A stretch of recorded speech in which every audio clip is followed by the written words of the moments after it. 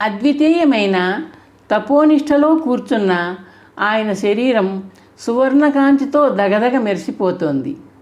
కళ్ళు మిరుమిట్లు గెలుపుతున్న కాంతి వెలుపలికి కాదు, లోపలిది. తలకు పైభాగాన అందంగా ముడివేసిన జుత్తు, విశాలమైన పాలభాగం, విశాల నేత్రాలను తపోదీక్షలో అర్ధనిమీలితం చేస్తూ కిందికి వాలిన రెప్పలు, రెండు కళ్ళ మధ్య సరిహద్దులా ఉన్న అందమైన నాసిక, పగడాల రంగులో మెరిసిపోతున్న పెదవులు, ఏకదీక్షలో ఉన్నా కూడా అధరాలను వదిలిపెట్టని చిరునవ్వు. పురుష సౌందర్య పరాకాష్ఠలా ఉన్న దత్తాత్రేయ భగవానుడిని చూస్తూ నిలుచున్న కార్తవీర్యార్జునుడి చేతులు అసంకల్పితంగా నమస్కారం చేశాయి. తాను సాగించబోయే తపస్సును విజయవంతం చేయమని దత్తాత్రేయమూర్తిని మనస్సులో ప్రార్థించి వెనుదిరిగాడు కార్తవీర్యార్జునుడు.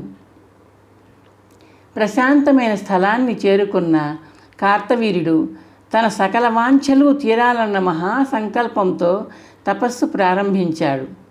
కాలం తనను తాను ఘడియలుగా, జాములుగా, రోజులుగా, వారాలుగా, మాసాలుగా విభజించుకుంటూ నిరంతర ప్రయాణాన్ని సాగిస్తోంది.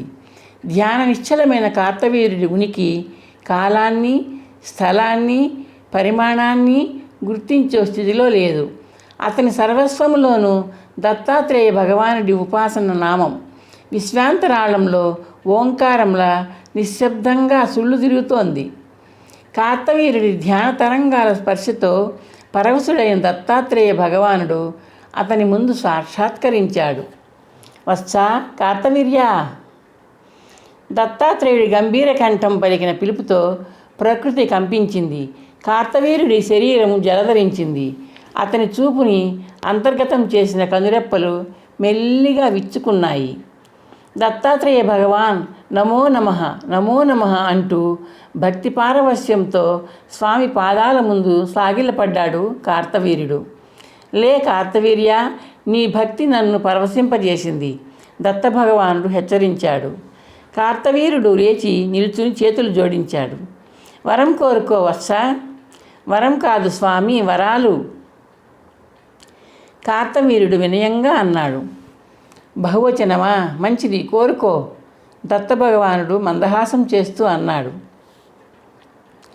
భగవాన్, నాకు నిత్య యవ్వనం ప్రసాదించు, పరిపూర్ణ ఇహసౌఖ్యాలు ప్రసాదించు, అశేష శక్తి సామర్థ్యాలు అనితర సాధ్యమైనవి అనుగ్రహించాను. దేవదేవా, మరొక్క కోరిక కోరుకో కార్తవీర్య. నాకు 1000 చేతులు కరుణించు. సహస్రబాహువులా ఆలోచించే అర్థిస్తున్నావా కార్తవీర్య? దత్తాత్రేయుడు విశాల నేత్రాలను మరింత విశాలంగా చేస్తూ అడిగాడు. ఆలోచించే అర్థిస్తున్నాను భగవాన్, కార్తవీర్యుడు సవినయంగా అన్నాడు. నేను సంకల్పించినప్పుడు నా 2 చేతులు 1000 చేతులైతే చాలు. ఆ విధంగా వరం కటాక్షించు. కార్తవీర్య, నీ తపస్సు నన్ను కట్టిపడవేసింది. నువ్వు కోరిన వరాలన్నీ అనుగ్రహిస్తున్నాను. దత్తాత్రేయుడు చెయ్యెత్తి దీవిస్తూ అన్నాడు. ధన్యోస్మి, కార్తవీర్యుడు ఆనందంగా అన్నాడు. దత్తాత్రేయుడు చిరునవ్వు చిందిస్తూ అంతర్ధానమయ్యాడు. తపస్సు చేసి సాధించిన వరాలు, అందించిన శక్తులతో కార్తవీర్యుడు రాజులందరి మీద దండయాత్రలు సాగించాడు. వాళ్లను దారుణంగా ఓడించి సామంతులుగా చేసుకున్నాడు. అధికార గర్వంతో రాక్షసంగా వ్యవహరించడం ప్రారంభించాడు. సాధువులను, సజ్జనులను బాధలకు, వేదనలకు గురిచేశాడు. నిత్య యవ్వనం ప్రాప్తించిన కారణంగా అతనిలో స్త్రీవాంఛ మిన్నుముట్టింది. కంటికి ఇంపుగా కనిపించిన స్త్రీలందరినీ తన కామవాంఛకు బలి తీసుకున్నాడు. అతని రాజ్యంలో స్త్రీలకు రక్షణ కరువైంది. నారదుడు చెప్పిన కార్తవీర్యుడి చరిత్ర అంతా విన్న శ్రీ మహాలక్ష్మి ఆక్షేపణగా మహావిష్ణువు వైపు చూసింది. చూశారా, మీ వరాల ఫలితం అంది దెప్పి పొడుస్తున్నట్లుగా. తపస్సు చేసి మెప్పించి వరాలు అడిగినప్పుడు కోరిన వాటిని కొంగులో వేయడం ఆశ్రిత జనపాలనం, అది మా కర్తవ్యం అన్నాడు విష్ణువు చిరునవ్వు నవ్వి. మరి మీరిచ్చిన వరాలతో విర్రవీగి ధర్మహాని చేస్తుంటే భక్తుడే కదా అని సరిపెట్టేసుకుంటారా? అలా ఎందుకంటాను?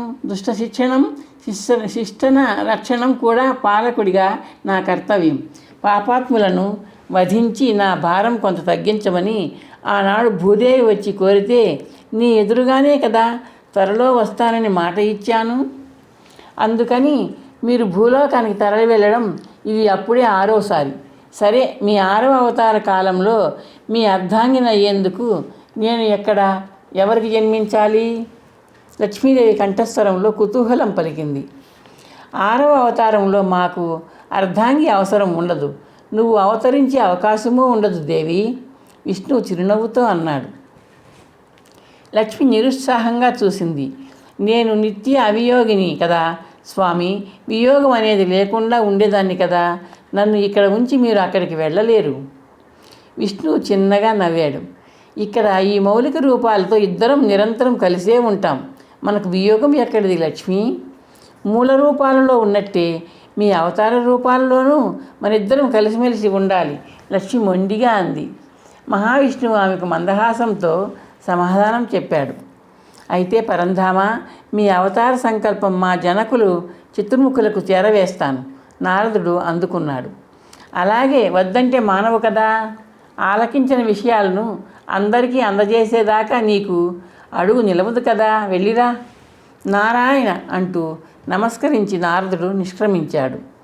ఇంతకు 6వ అవతారంలో మీ జననీ జనకులయ్యే అదృష్టవంతుడు ఎవరు స్వామి? అడిగింది శ్రీలక్ష్మి.